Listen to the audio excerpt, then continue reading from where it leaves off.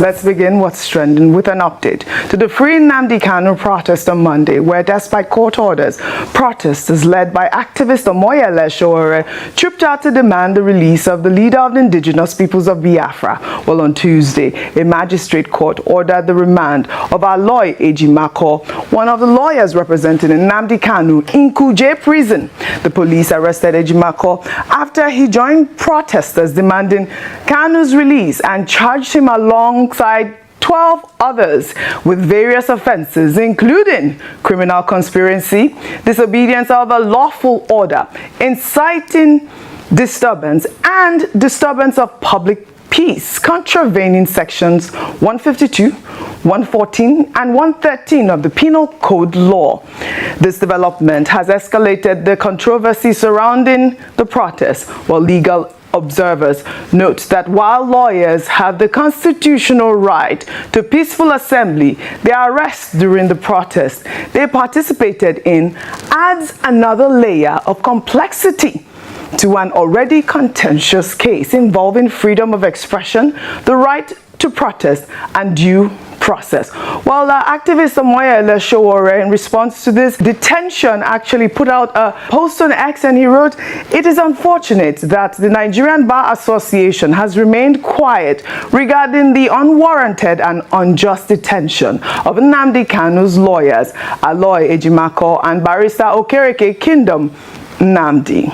President Afam Osigwe, what is going on? Hashtag Free Nnamdi Kanu now." In the meantime, the Center Against Injustice and Domestic Violence has called on the Nigerian Bar Association to take immediate disciplinary action against Aloy Ejimako for alleged professional misconduct. In a statement, the group condemned the lawyer's appearance at the protest ground, describing it as a clear breach of professional ethics and a violation of Rule 33 of the Rules of Professional Conduct for Legal Practitioners 2023, which deals with sub-judice statements. And according to the rule, and I'll read this statement in part, it says, a lawyer or law firm engaged in or associated with prosecution or defense of a criminal matter shall not, while litigation is pending, make or participate in making any extrajudicial statement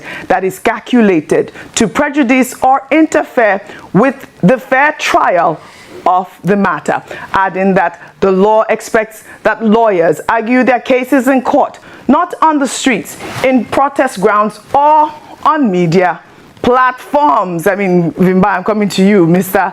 Ejimako's participation in this protest is, they say, is tantamount to trying to sway public opinion, and by extension, the court's view on the matter still under education. I mean, your thoughts on, some of all of these things that I've unpacked before, we discuss on the issue of Nnamdi Kanu as well, because I believe that he has also filed.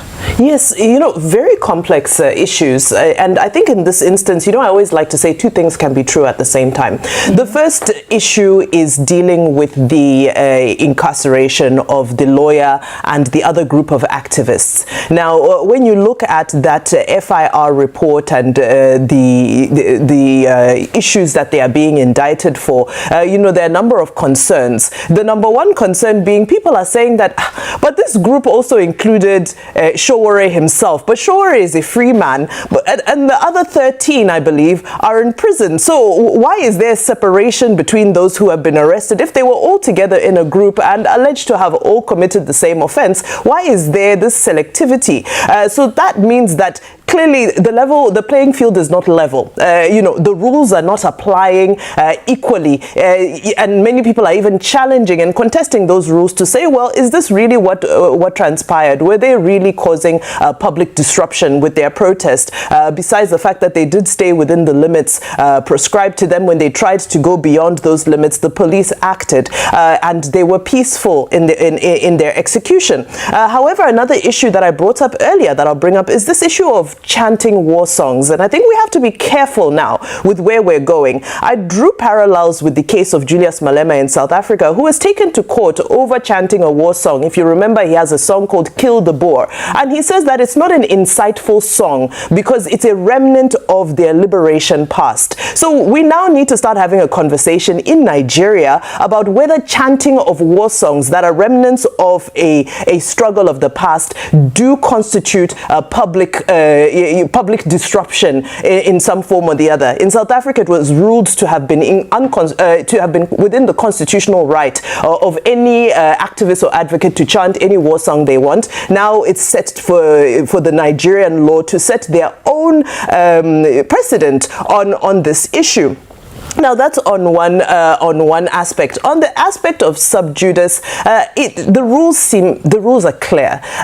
This man was on the streets advocating for and vocalizing for a case that should have been in defense as of that point. Of course, we've seen a number of issues that have come up with regards to delaying going into that defense. But at this time, I think that we need to focus our attention to the defense, because the prosecution have rested their case, and it's now up to Nnamdi Kanu to put forward his own defense. I know there are other developments that you'll come to, but and it's now not only is it up to him to put forward his defense, but it's also up to the public, civil society, to hold the judiciary accountable to ensure that his defense is treated fairly, it's given in a fair environment, and that he has access to all that he needs to be in order for him to provide a thorough and robust defense for himself. I think I hope I've dealt with many of the substantive issues, but yeah. I mean, in terms of Ejimako being, detained in Kuje and all of that, you would wonder, I mean, he's a lawyer, shouldn't he have known the rules? But I'm sure that there'll be other, lawyers that would actually come and argue his case as well as to whether or not he had a right to protest at the same time. But meanwhile, barely 24 hours after the protest, the detained IPOB leader, Nnamdi Kanu, in a motion he personally filed on Tuesday, October 21st, agreed to enter his defense and informed the Federal High Court of his plan to call a total of 23 witnesses divided into two categories. Well, among those listed as compellable witnesses are former Minister of Defense, General Theophilus Danjuma, former Chief of Army Staff, General Tuko Boratai, FCT Minister Nyesom Wike, Works Minister Davu Mahi, Governor Babajide Sanwo-Olu of Lagos State, and Governor Hope Uzodinma of Imo State. The detained IPOB leader told the court he would testify on his own behalf, providing a sworn account of the facts, denying the allegations, and explaining the political context of his statements and actions. He requested a 90-day time frame to conclude his defense, given the number of witnesses. I mean, Rufai, what a dramatic turn of events. Kanu's lawyer has been remanded in Kuje Correctional Center for participating in the protest.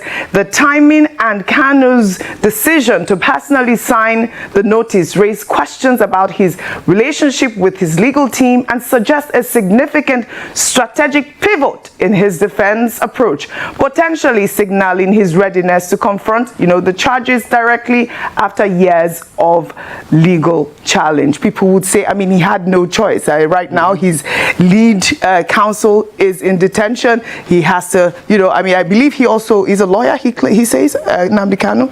I've said some places that he said that. You see, if we want to build a nation, let's build a nation. If we want to be hypocritical, let's be hypocritical.